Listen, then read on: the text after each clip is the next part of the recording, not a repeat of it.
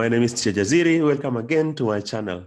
Today, I want to talk about the power of 8. If you watch my previous video, I talked about the power of 9. Now, the key thing, if you're working with 8, you have to know two main things. Number one is the difference between 8 and 9. And second is the difference between 8 and 10. Very important when you're doing any multiplication with 8.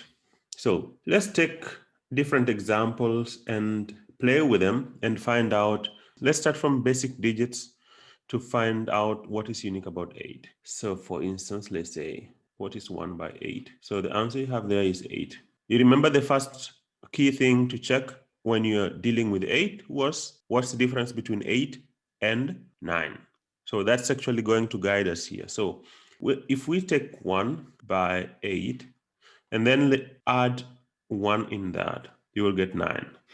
Maybe at this point it's not so clear. The more examples we do, you will see the trend that is happening here with 8. So now let's take 2 multiplied by 8, but then add 2. So you add this one. So this one alone will give you 16, plus that one will give you 8.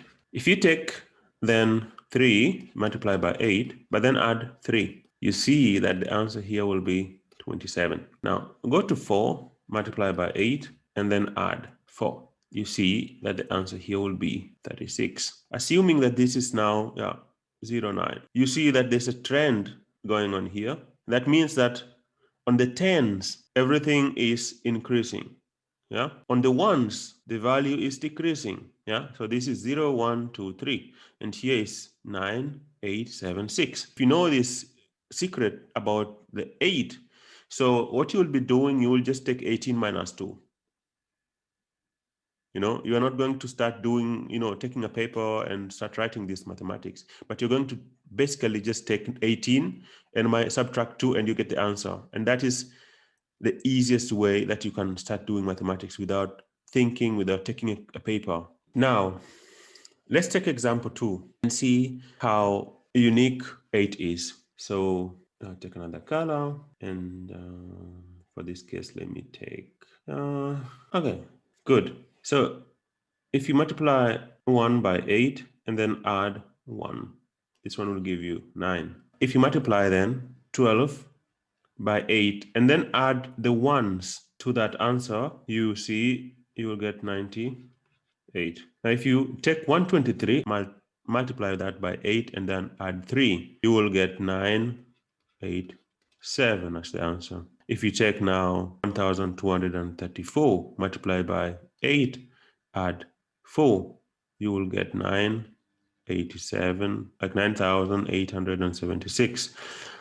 The point is not how to do this mathematics. The point is to see the trend. So the trend here is that here we had 9. So let's say 0, 9. And now here we have like 9, 8. So 8 has become, the ones here. And then you go to 98, that this one remains the same. So from the first, you see 9 is here and 9 remains here. And then you just add another 8. That is, and 8 is lower than 9 by 1. And again, you go here, 9, 8 remains the same. What changes is that now the ones that we have is 7, while here it was 8. So that has reduced by 1. Now, this same number remains the same here, and what you add at the end is only 6, which again is a number 1 less than the previous one. That is the trend, and this is the uniqueness about 8. Especially if you do this calculation the way I'm doing them. And that makes it very interesting. And this one gives you the base of any number multiplying by 8. Now, if you do the same, now I can imagine, like without even taking a paper to do this calculation here, you have an answer for this. So that means the number here will remain the same. So it's going to be 98, 7, 6. And at the end, what we'll have will be 5. And this 5 is first one less from the previous 6. Yeah. And that means without doing any calculation, you can guess what the number here is. So the answer here is going to 98, 7, 6, 4. I know 5, 4. You don't have to restrain yourself or limit yourself. You play with these numbers like this, you'll be so amazed how your mathematics will improve. Even if I take other examples, let's say this is now other examples like 13 by 8, then I add 3, you will get 107. So now let's say 131 by 8, then plus 1, you will get 1049. So this is our base, yeah? Now, if you take 132, then you multiply by 8, then add 2 into it. Now, you will be having 1058. If you take then 133, multiply by 8, then add 3 to it, what you're having here is 1067. And it's so easy to see that the trend, so 10 remain the base, and then you have here 49, and then you see that 4 is now changing to 5 and it's going to 6. That means the next one, you can definitely say the answer without doing calculation.